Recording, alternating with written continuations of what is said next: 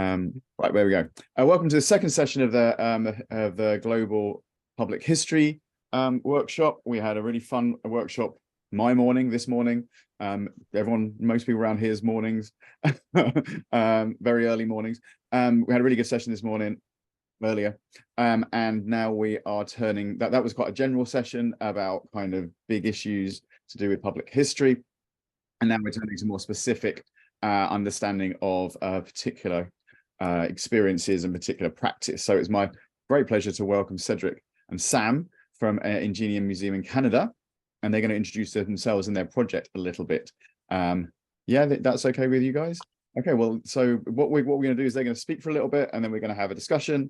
As I said, this is being recorded, so we're going to put it on our various websites probably after the weekend, so that you can kind of check back and rewind and watch all the greatest hits. But it's really fun to have them here. So thanks guys for joining us. Over to you guys. Yeah, thanks. I'll share my screen. Share screen. I need the. This the screen I need to share.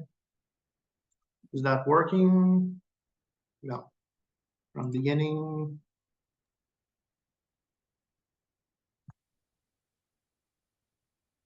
Is that working? You're sharing the screen, but it's not a slideshow yet. Yeah, you have to do the new share. Yeah, again, stop. Oh, yeah. So does it work now? Yeah. So just before the new share screen, and then switch to that there. Just want the screen to share.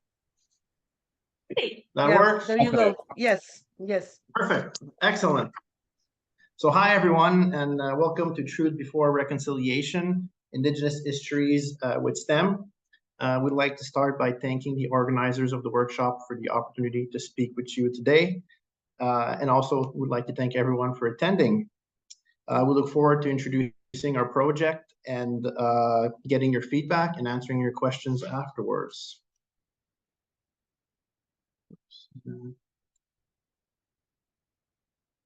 Okay, so we're going to start our presentation by situating ourselves and by doing a land acknowledgement. I will then speak to Ingenium's history to provide context, and my colleague Sam will speak to Indigenous knowledge, culture, and ways of knowing. We hope that this will give you a good understanding of what we're planning to do and why. So my name is Cédric, and I'm the Assistant Curator of Communications and Digital Technologies at Ingenium, Canada's Science and Science Museums, Canada's Museums of Science and Innovation. I am a French and Scottish settler colonial descent. I use the pronouns he, him.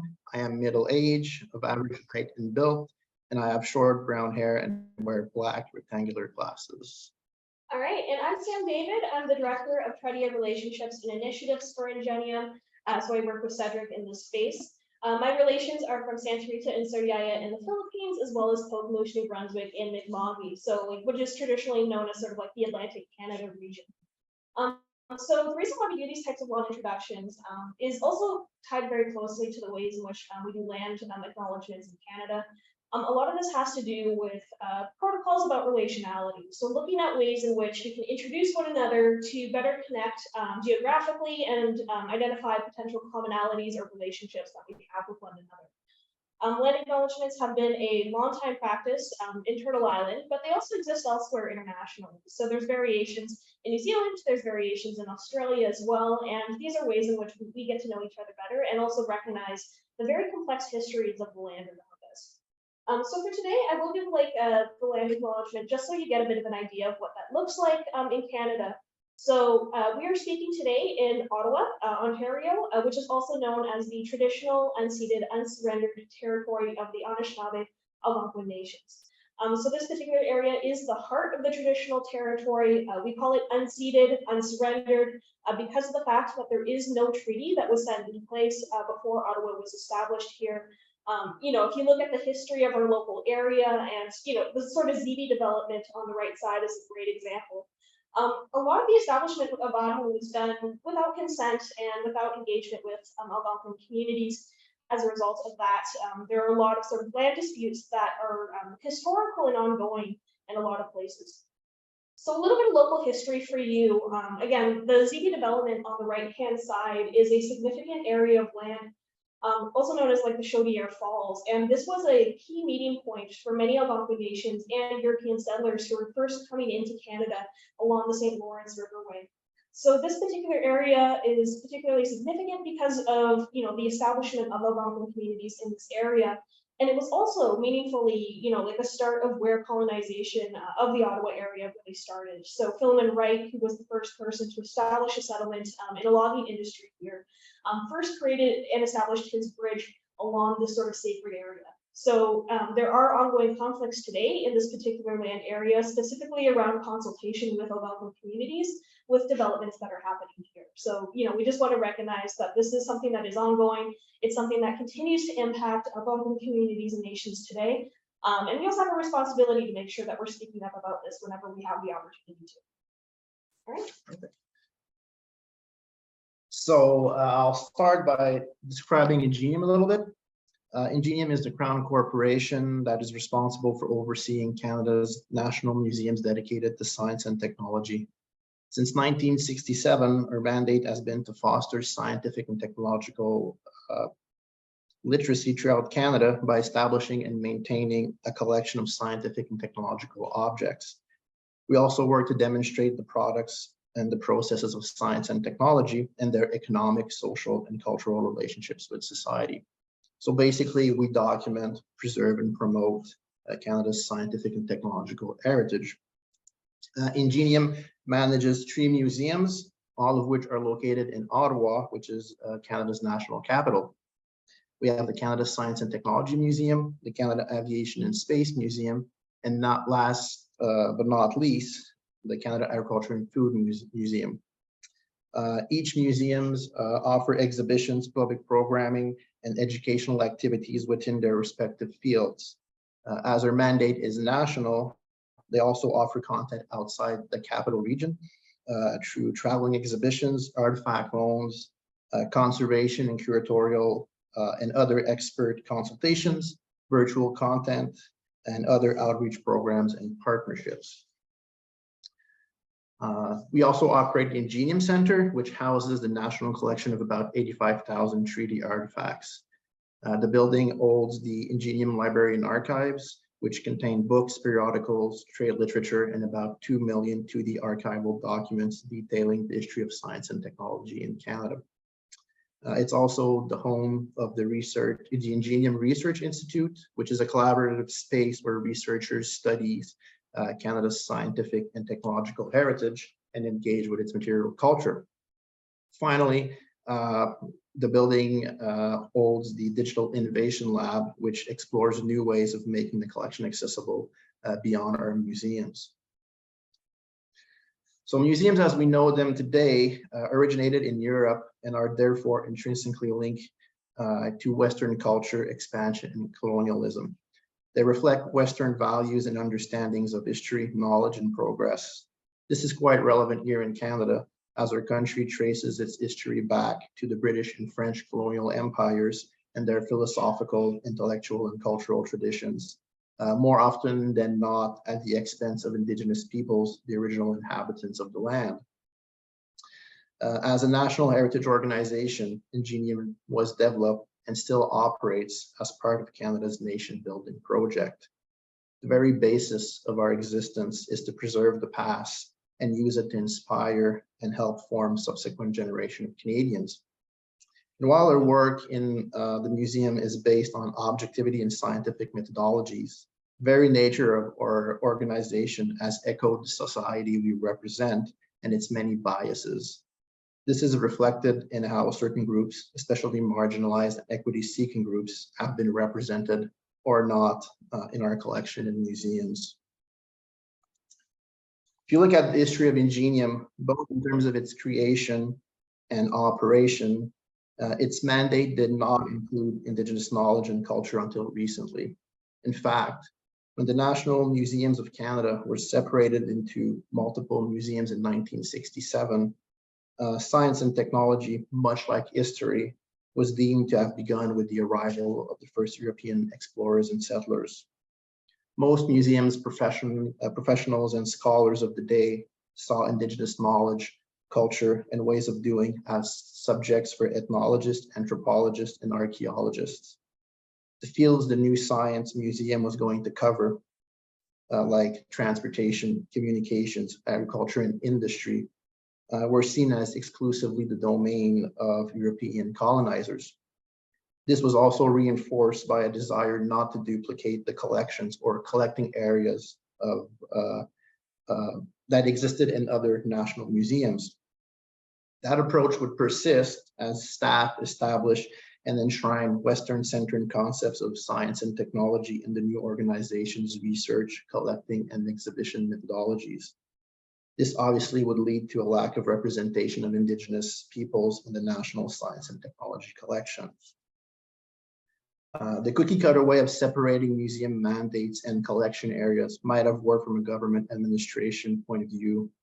However, by not recognizing the knowledge and cultures of Indigenous peoples and their contributions to Canada's scientific and technological development and heritage, the museum was effectively removing them from the land, from history, and from contemporary society. Whether this was intended or not, the message was simple. Indigenous peoples don't have a meaningful history of scientific and technological achievements. They don't have knowledge or material culture that can contribute to the national history of science and technology. And so, from the museum's perspective, Indigenous peoples don't exist. As a national museum, this narrow perspective and mandate was not only removing Indigenous people from Canada's history and heritage, it was also denying them their own history and heritage as well. So the lack of representation, or the stereotypical and colonial representation of indigeneity in Canadian museums, came to the forefront during the 1988 Calgary Olympics. During the event, the Lubicon Lake First Nation organized a boycott of the Glenbow Museum's exhibition, The Spirit Sings, to bring attention to long outstanding land claims and the respect of Indigenous rights.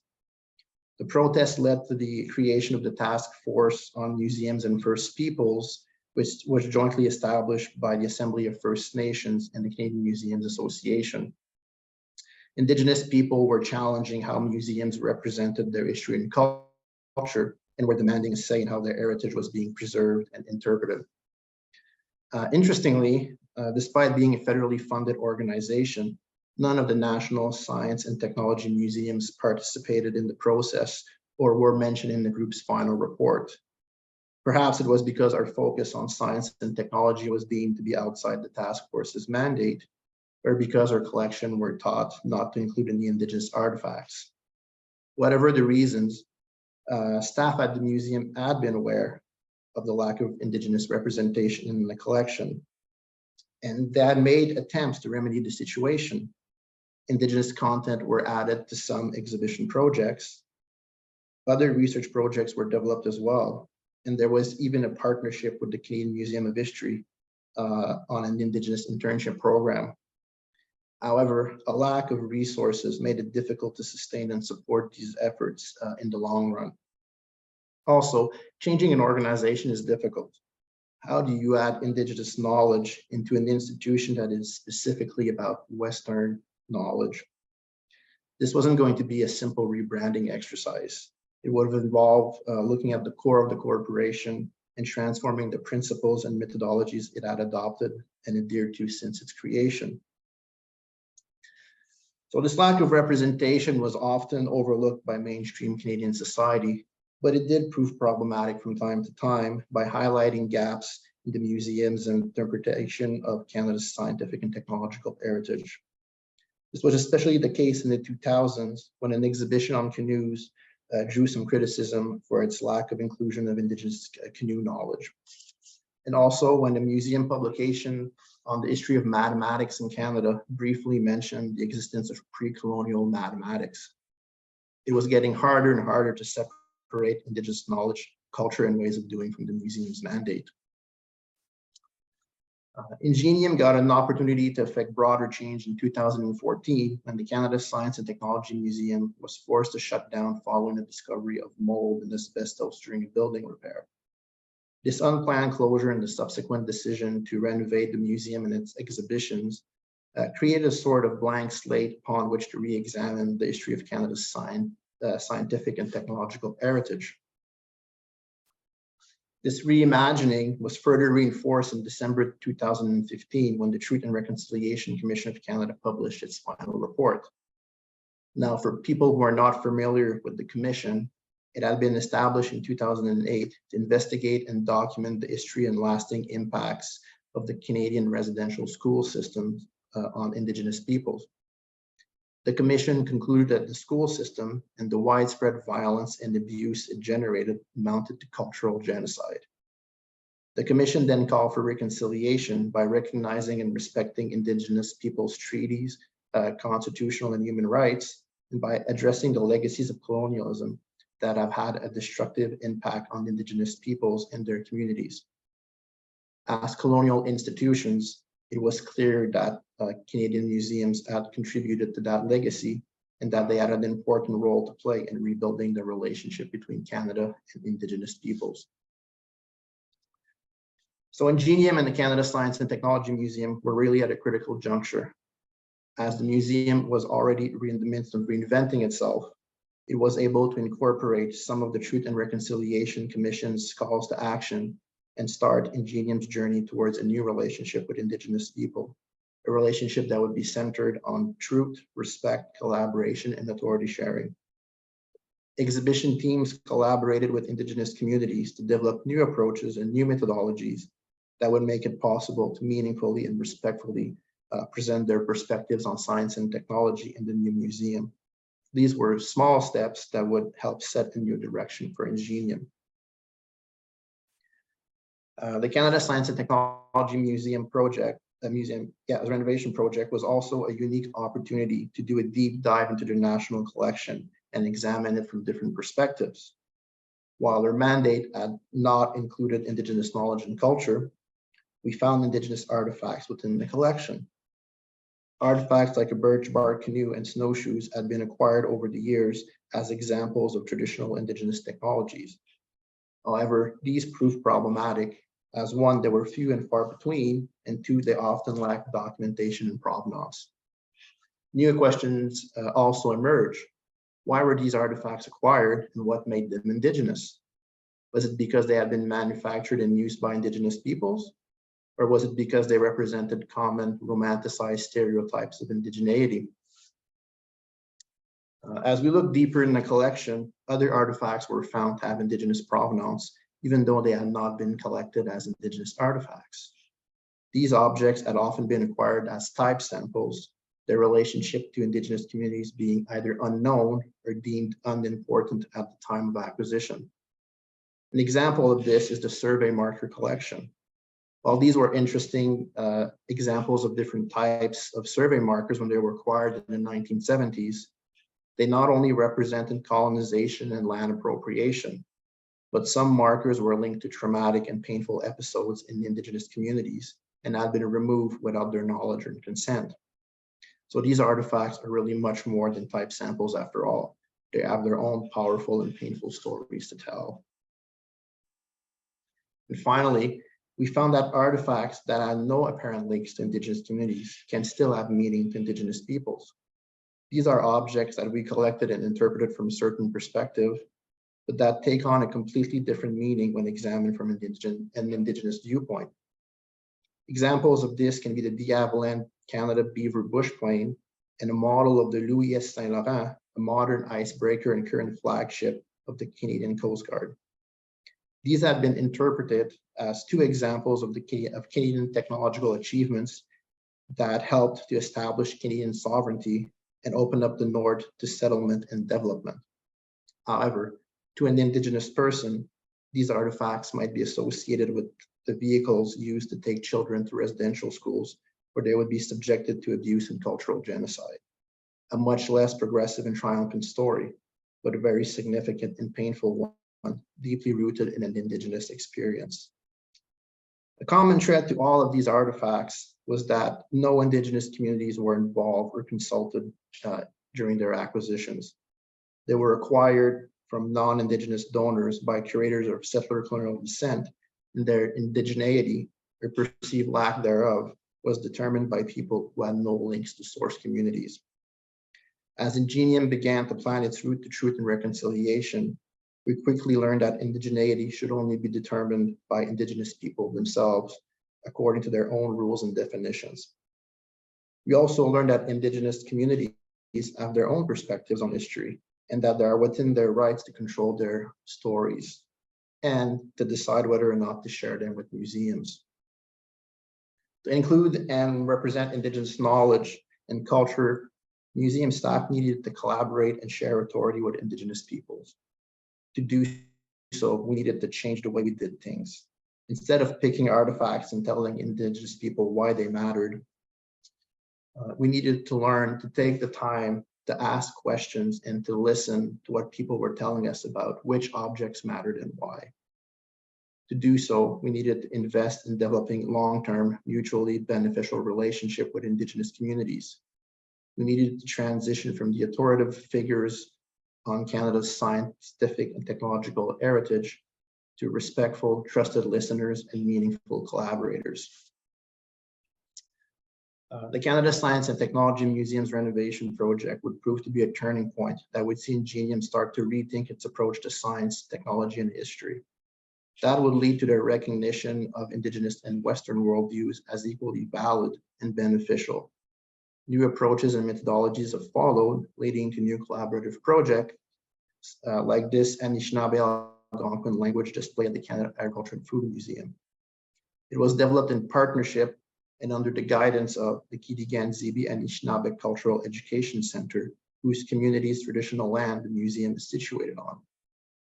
These new approaches, methodologies, and projects are making it possible to better reflect the contributions of Indigenous people, but also Canada's diversity and the contributions of other equity-seeking groups as well. We're still at the very beginning of our journey, and we hope that you will join us in the next year to take some time to listen and learn about Indigenous perspectives on science and technology. All right, so we're just going to situate a little bit about what we're going to be doing, and we'll talk about an event that we're hoping to run throughout the next 2 years, give or take. So before we get a little bit too far ahead in this, I'd like to do a bit of a small philosophy 101. So looking a little bit at the epistemology of this. So worldviews play a very key role in the ways that we understand our environment. So the types of questions that we ask, what we consider the boundaries of our conduct, how we envision and design and consider solutions, are all attributed to different sets of cultural and social values that we impose upon ourselves as part of participating in a wider community. These views are shaped by different communities that we engage with, such as family, friends, the environment, and other social groups. So when we're talking about things like Western knowledge, it's a great model for us to sort of break down and take a look at. So academia is a very good example of what these worldviews might look like. So, knowledge within academia is divided into social and natural sciences. It is then, it utilizes a reductive model of specialization as you make your way through these academic systems. So, when you start off in elementary school, you may have a broad level of topics. As you get into high school, there's a little bit more specialization. And then as you get through university and through graduate school as well, you generally end up with a very specific specialization in a very specific topic. So this is what we is indicative of what's called like a fragmented knowledge system. The language that we use, particularly when we're talking about science, technology, engineering, and math or STEM, also plays a big role in this, placing a very strong emphasis on a particular subject or noun upon which actions are taken based off of sort of the structure of English linguistics. When we're talking about Indigenous knowledge, we're talking about a plurality of worldviews established within and among Indigenous nations as a means of understanding the world around us. These are very distinct systems that don't share a uniform definition because there are so many existing systems out there. And they're best understood and explored within the linguistic structures they reside.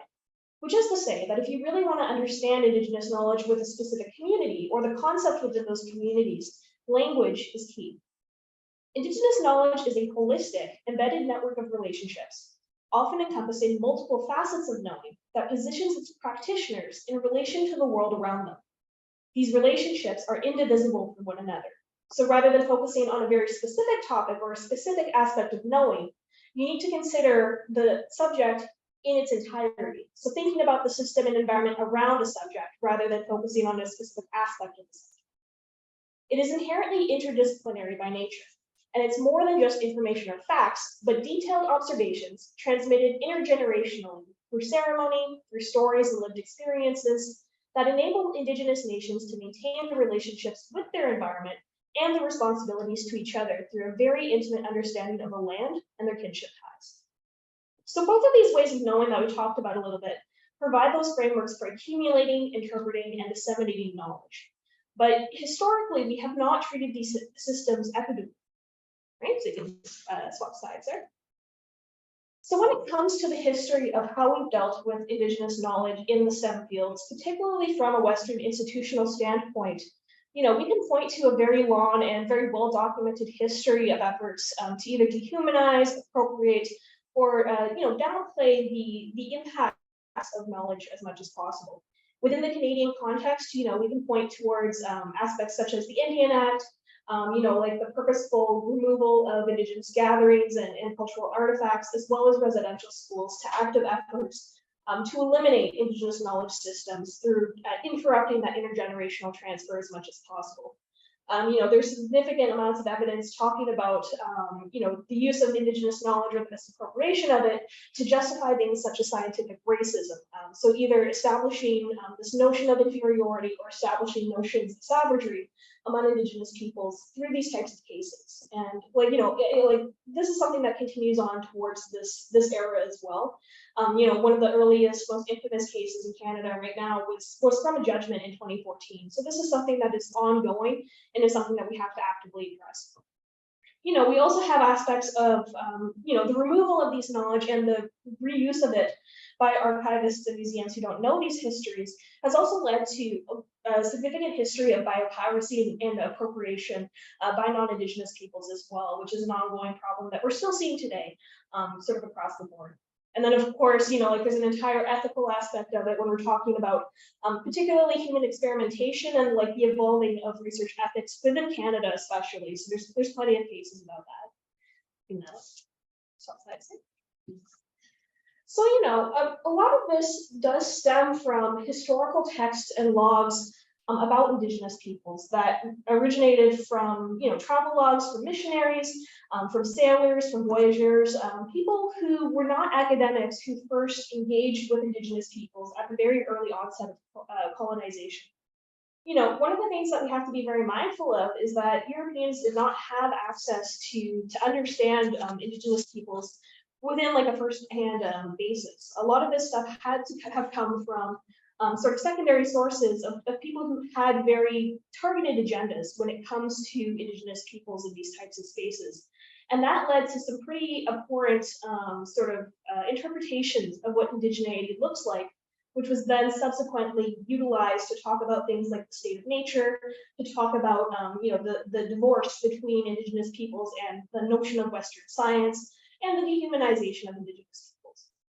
So what you see on the screen here are a couple of just a few of the historical texts that indicate this sort of disruption between the humanity of Indigenous peoples and their relationship with science. This is something that is still taught today whenever you take a political science course within Canada. These are still texts that we use today, but you can see from these types of insinuations that there is a very clear recognition that there's an implication, I would say, that Indigenous peoples are, essentially not deserving of participating in these types of systems, or that they have to be handled or they have to be manipulated in a certain way to allow progress to happen.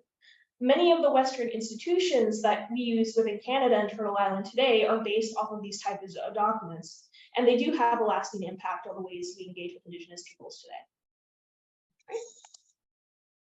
So as part of this sort of narrative, it's really important for us to think about the impact that museums and telling national stories, the entirety of the national park systems and cultural heritage have had in terms of telling very specific perspectives of histories that make active efforts to omit Indigenous communities as well as other marginalized communities as part of these topics.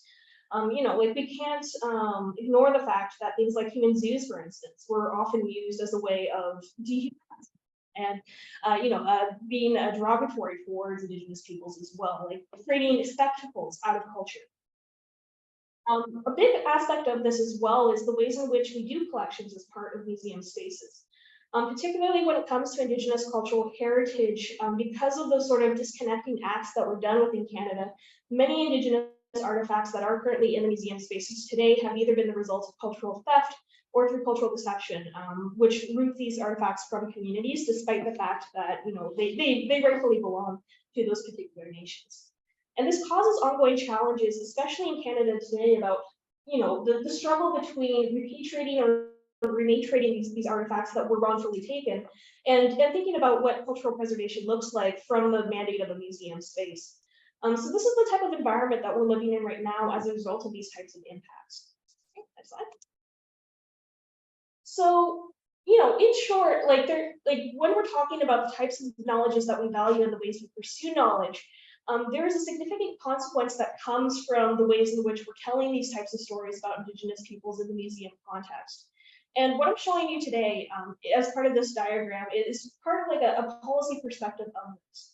So when institutions perpetuate inaccurate ideas of Indigenous peoples, that alters the worldview of those who are being educated in these types of spaces. So this helps to perpetuate stereotypes. This helps to create questions that are not about, or that are not with community members, but about community members in sort of an objective setting way, which leads to potential research outcomes that aren't necessarily reflective of what community interests are, or necessarily reflective of what is really being seen in those communities because of those sort of cultural misinterpretations.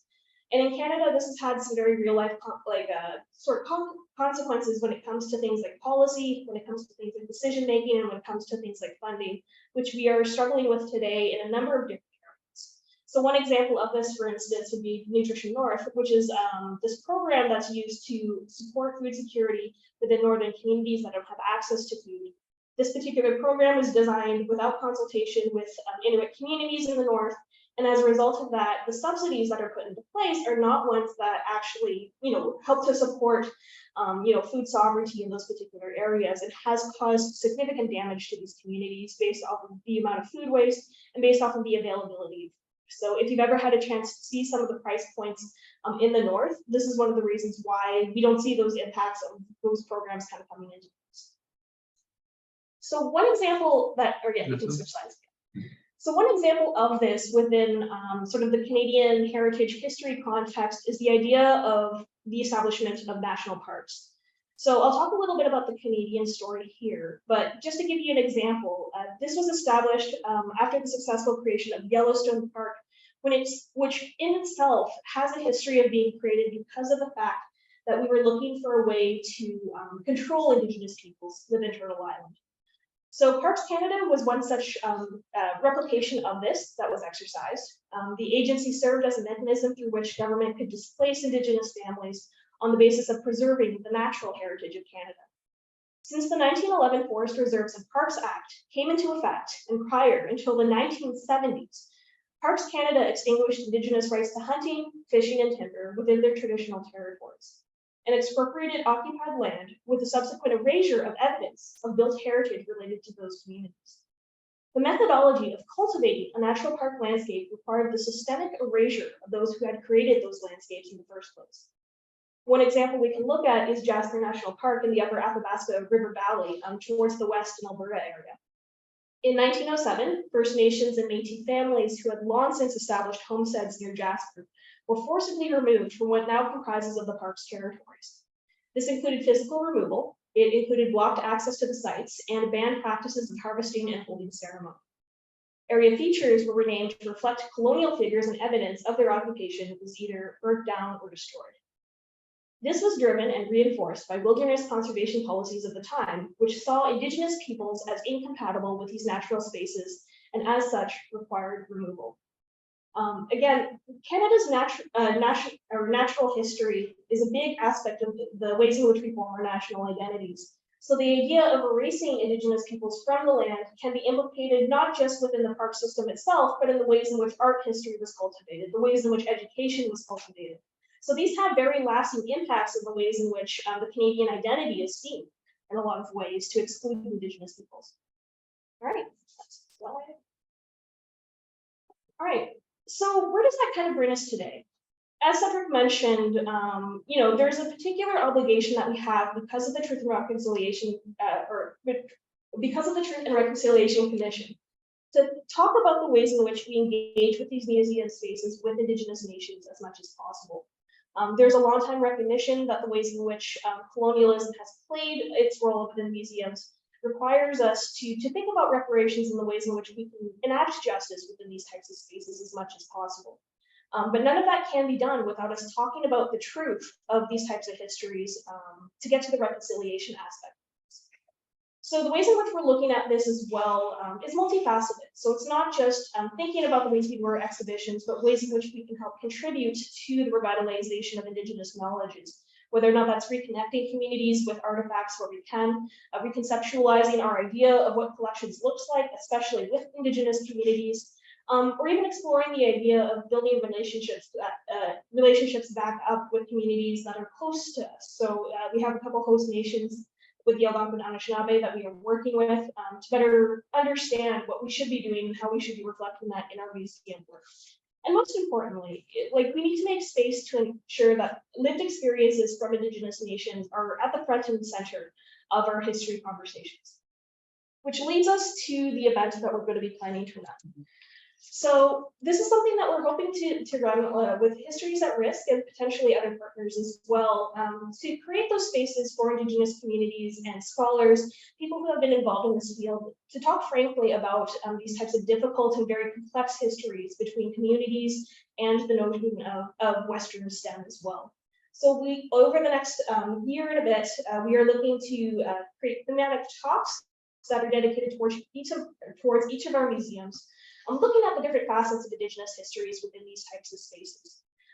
We're going to be starting this off kind of doing a reflective talk, looking at the ways in which our particular practices and methodologies within the museum spaces impact the way we engage with things like collections, talking a little bit about what repatriation means from the Canadian perspective, and then moving into a little bit more of the community-centric aspect of things. So, when we're talking about the history of food, for instance, what does that mean in the context of Indigenous communities, and how have we impacted this as sort of like a Canadian, settlement, I suppose, in disrupting those types of systems, and what is being done now to kind of innovate in these types of spaces.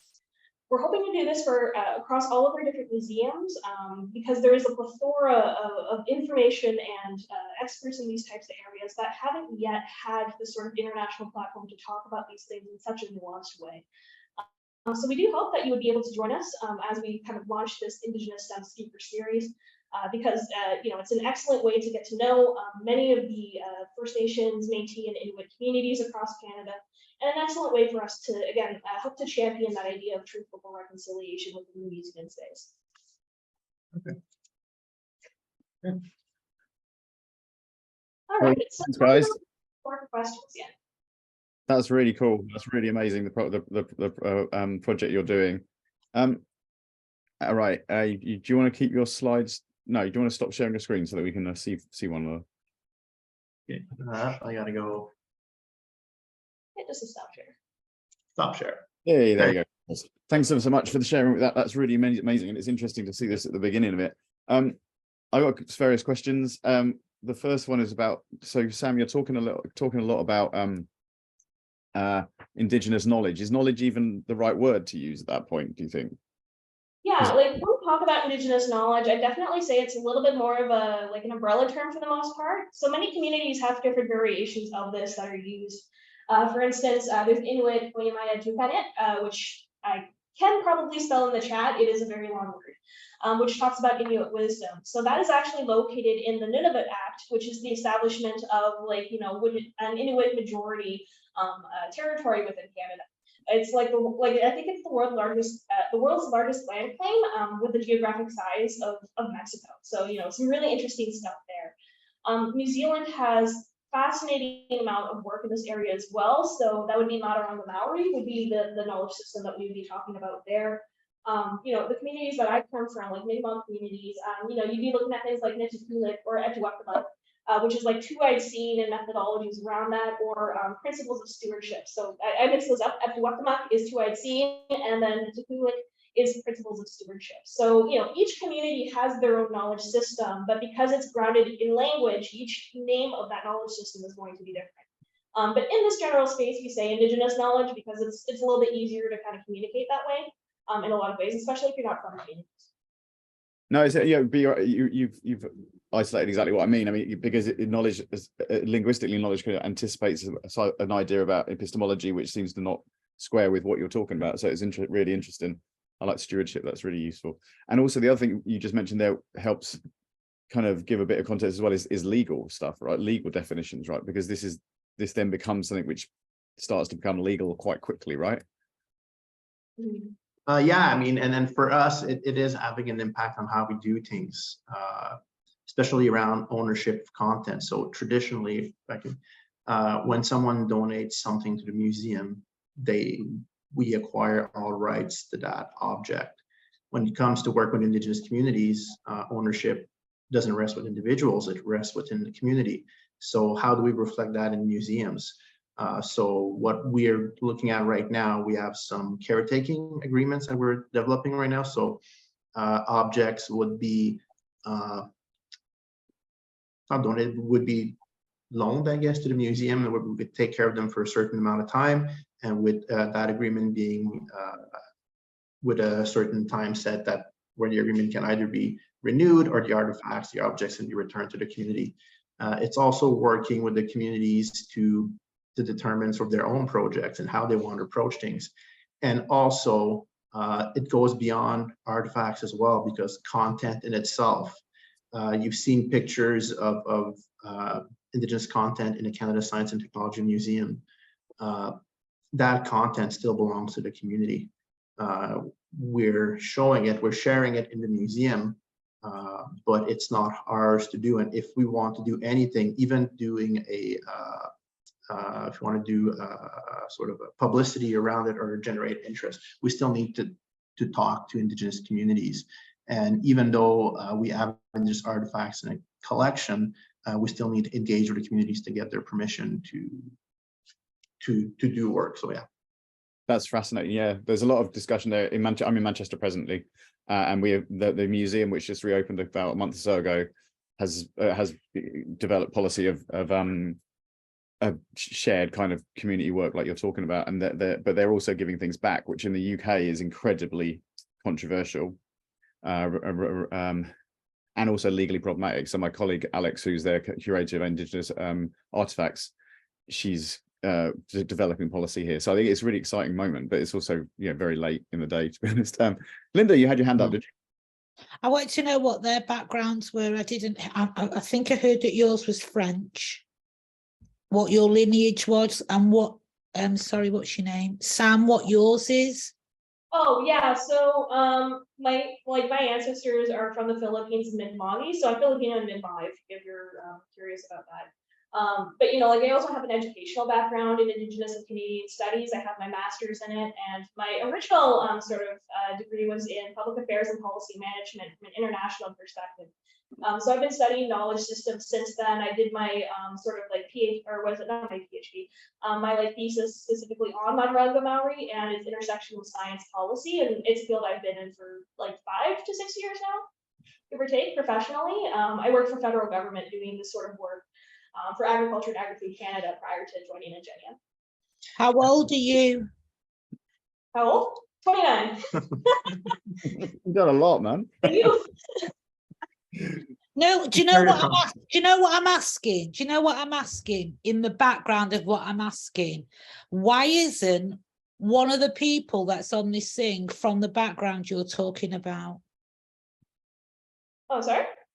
What I'm asking in a roundabout, polite way is, the communities that you're talking about that come from the stolen lands and that, what are parts now, and that you're talking about, and why is one of the people that you're talking about not part of your talk? Okay, so I should explain. When I say I'm Mi'kmaq, I am a First Nations person, so okay. Yeah. So how are you, so excuse my ignorance, I'm asking genuine questions, I don't know the answers. How are you so educated then? Well, this has been a space that we've been in for a long amount of time. Like Indigenous scholasticism has been around since at least the 1990s.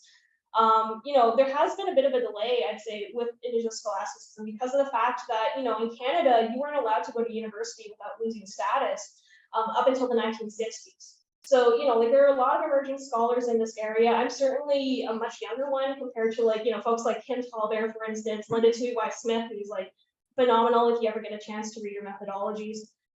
There aren't a lot of people who are talking about sort of like the cultural spaces from the perspective of academia, because to be honest with you, like, you know, when we're talking about anthropology and when we're talking about like these history spaces, they're not really, I would say, like well suited for Indigenous students in a lot of ways. So there's a lot of systemic. No, exactly. No, but exactly. Do you know what I'm saying? Is really that you're talking to me in a colonial language. This is how I come from. I'm completely working class and I'm completely uneducated. Do you know what I mean? Like, but I am a playwright through my own hard work. And it's not, it's, you're not, I'm not attacking anybody. I just mean that this is also a platform where somebody could have spoke. What am I trying to say? Somebody help me. I'm trying not to be rude.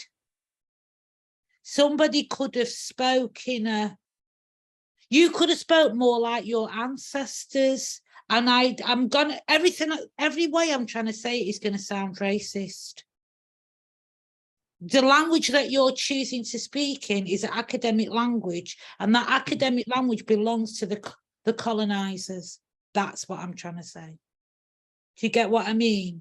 Yeah, I definitely get what you're talking about for sure. And I think like it's important to talk about the fact that, you know, like Indigenous identities are multifaceted, right? Like there are a lot of educated natives who are in these types of conversations as well. And when we're talking about knowledge systems, absolutely, there should be spaces for folks who don't engage in these sort of academic spaces as well. That being said, you know, like part of my privilege in being in the position I'm in is that I do have access to certain spaces that other folks don't, right? Like, you know, like this is one of the reasons why we're kind of trying to get into these types of spaces, because, you know, we want to have our talks centered around those community voices as much as possible. But like, again, like, you will have people who are like me, who are like urban Indigenous. Like I was born in Toronto. I grew up in Kitchener-Waterloo. I did my university work in Ottawa.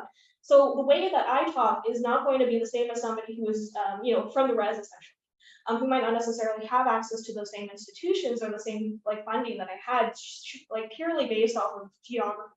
And this is a very, very common practice. Like urban Indigenous is the largest, I'd say, demographic of Indigenous peoples in Canada. Like the majority of us live in cities, so like many of us kind of talk in this way. So. And if I might add to, from the museum perspective, museums and then historians too have tend to lock Indigenous people in the past, and they've removed them from the land, from society, and they've locked them into their reserves.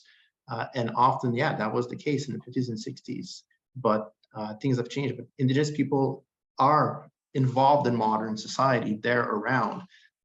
And they are getting education. They are choosing to use these tools to their own sort of needs, I guess.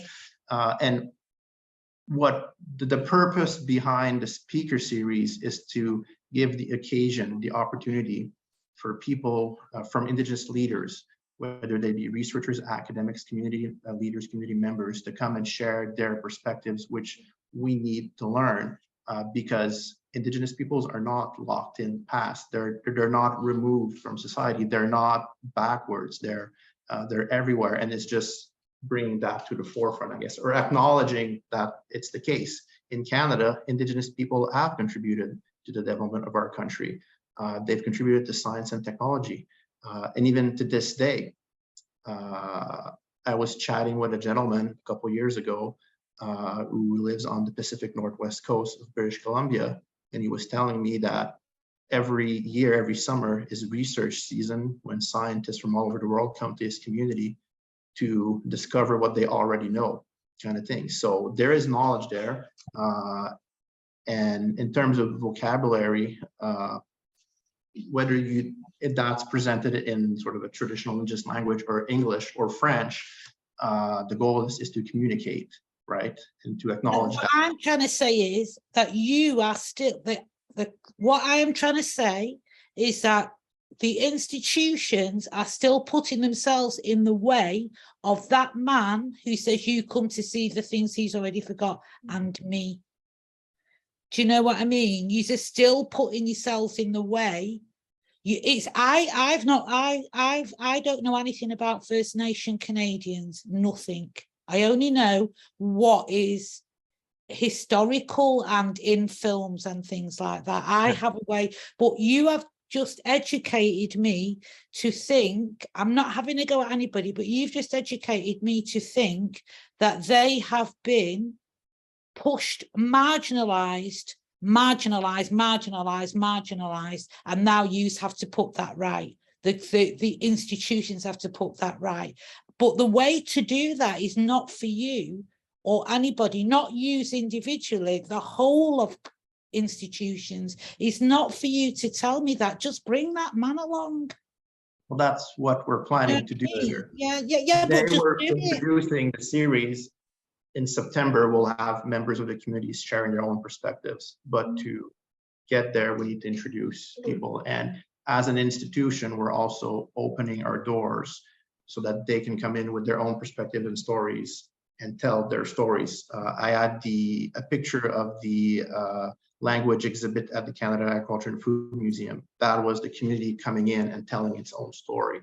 And it's us, as requested by the community, work with the community to present and acknowledge their existence and their culture and their knowledge there. Yeah, and I think I get what you mean, Linda, as well. Like, and I think I am a very good example of sort of that critique too, right? Like, the reason why I speak the way that I do, and the reason why I have the education that I do, is because, like, my family was absolutely the subject of colonization, right? Like, my grandfather served in the Royal Canadian Air Force.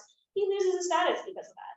So, like, I was completely disconnected from community because these types of systems kicked people like me out. So, I absolutely would have been great to be raised in sort of traditional communities and stuff like that, but not every Indigenous person has that sort of access. It's very fragmented because it was intentionally meant to be fragmented. In Canada, sometimes this was done through the residential schools, I think is the most famous example.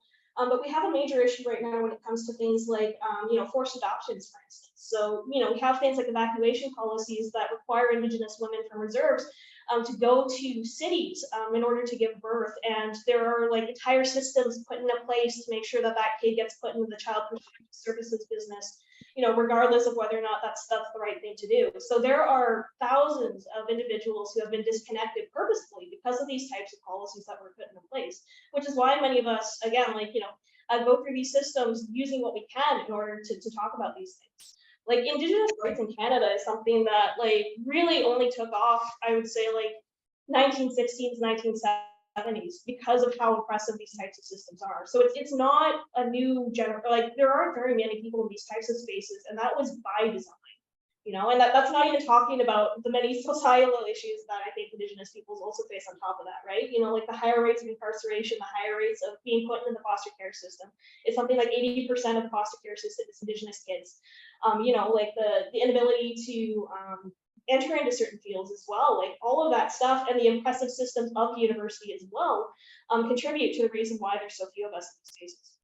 Exactly, because for one thing, it's as boring as hell, isn't it? Do you know what I mean? That's a form of oppression in itself. Do you know what I mean? I congratulate you on your education, and I'm all for education, and I'm all for everybody earning a really good wage.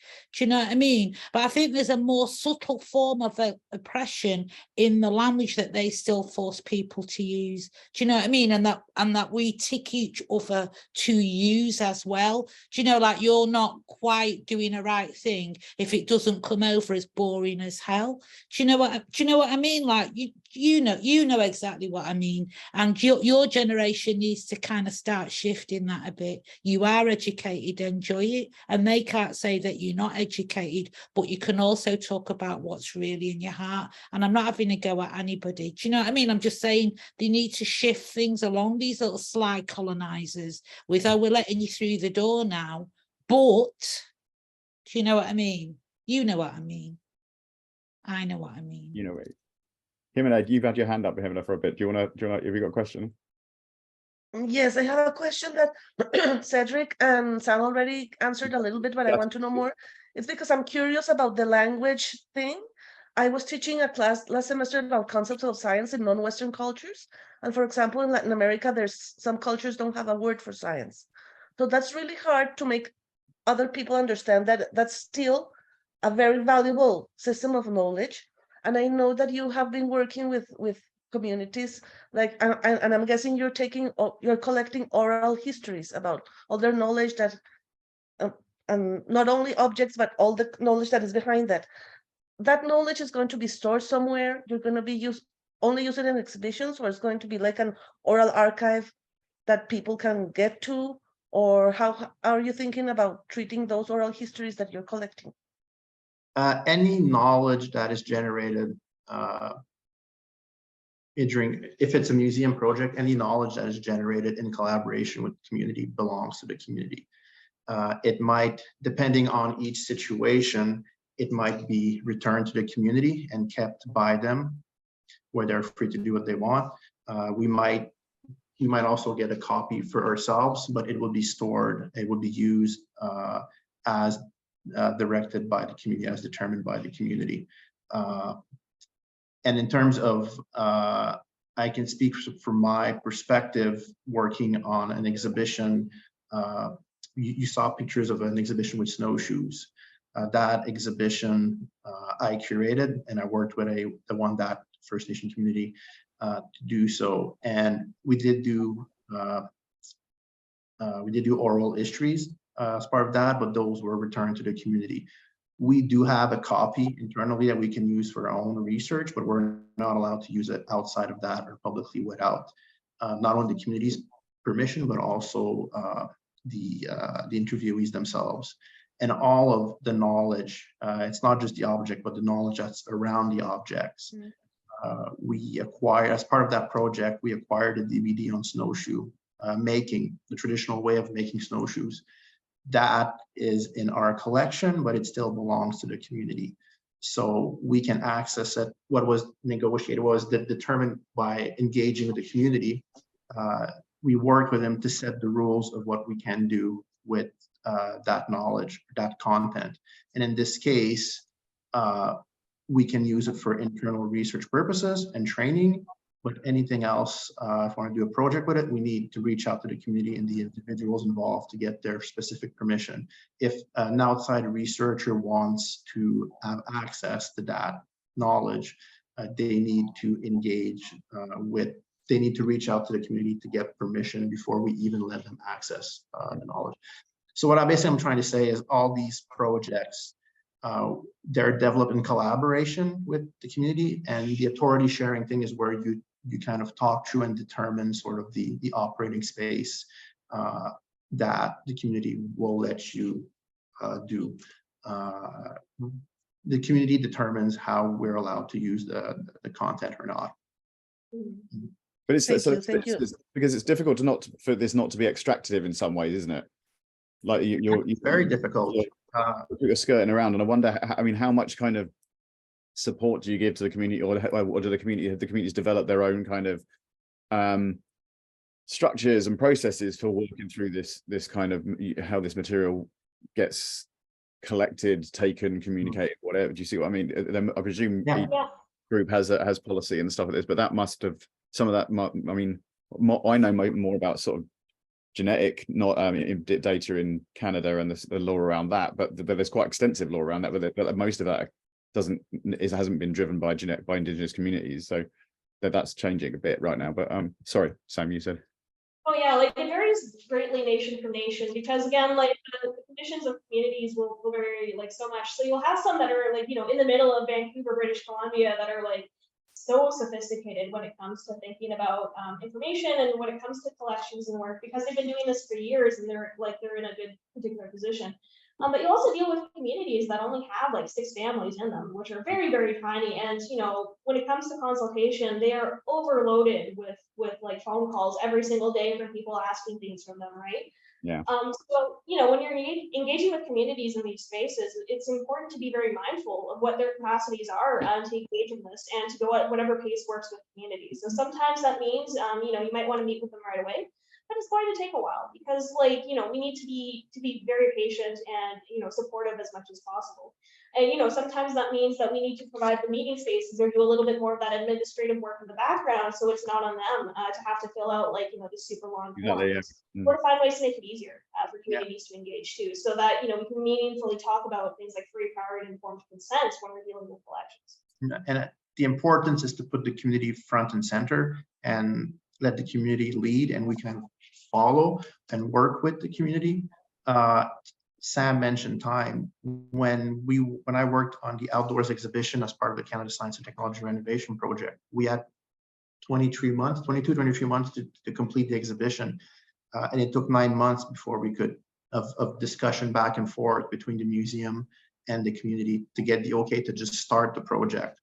But that was 9 months of talking things through, talking about the historical relationship with the community in museums, talking about how we would operate, what questions we would ask, how they would have control.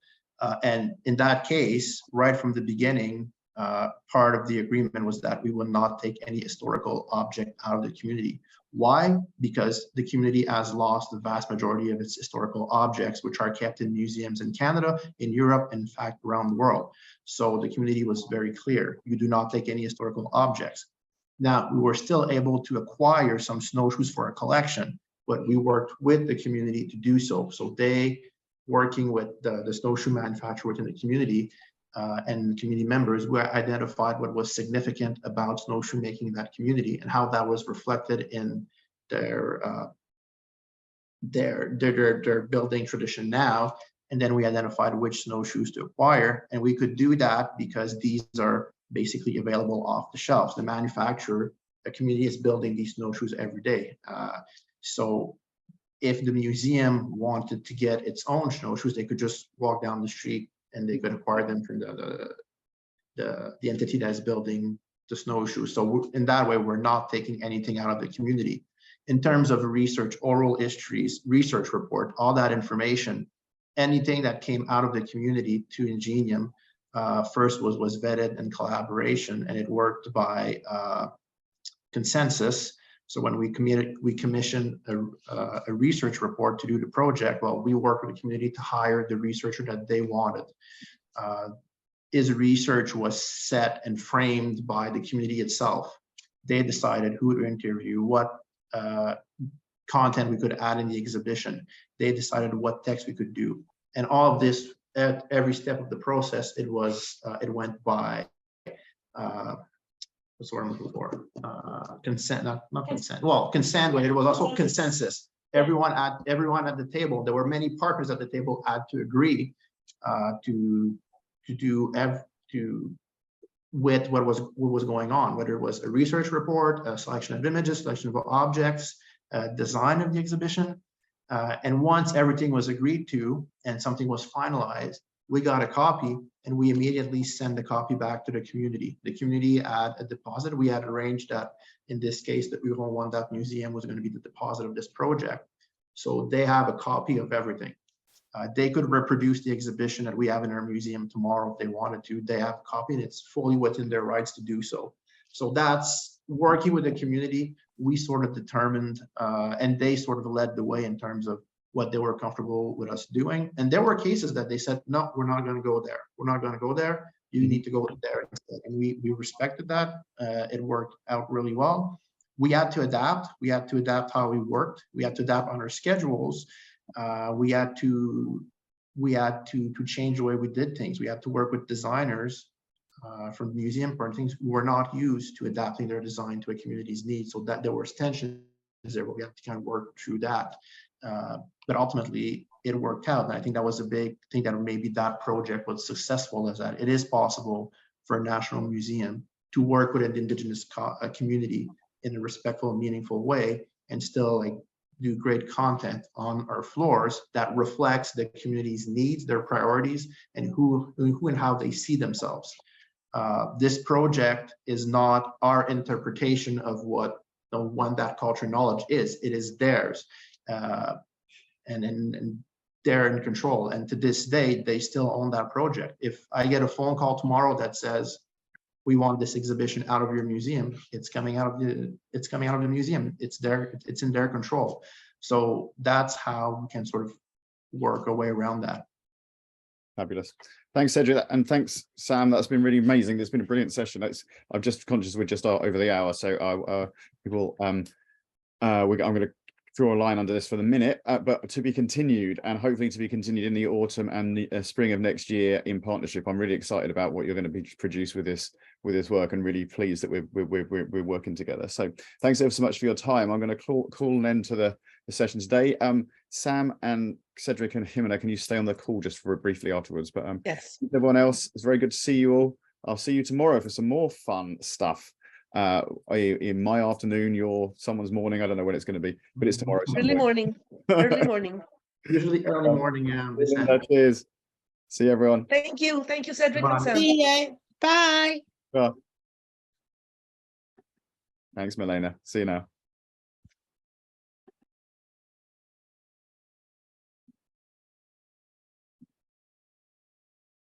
I don't know if May is here, but I don't know whether anyway, it doesn't really matter if she can hear us, because all I'm going to say is thanks. That was absolutely terrific.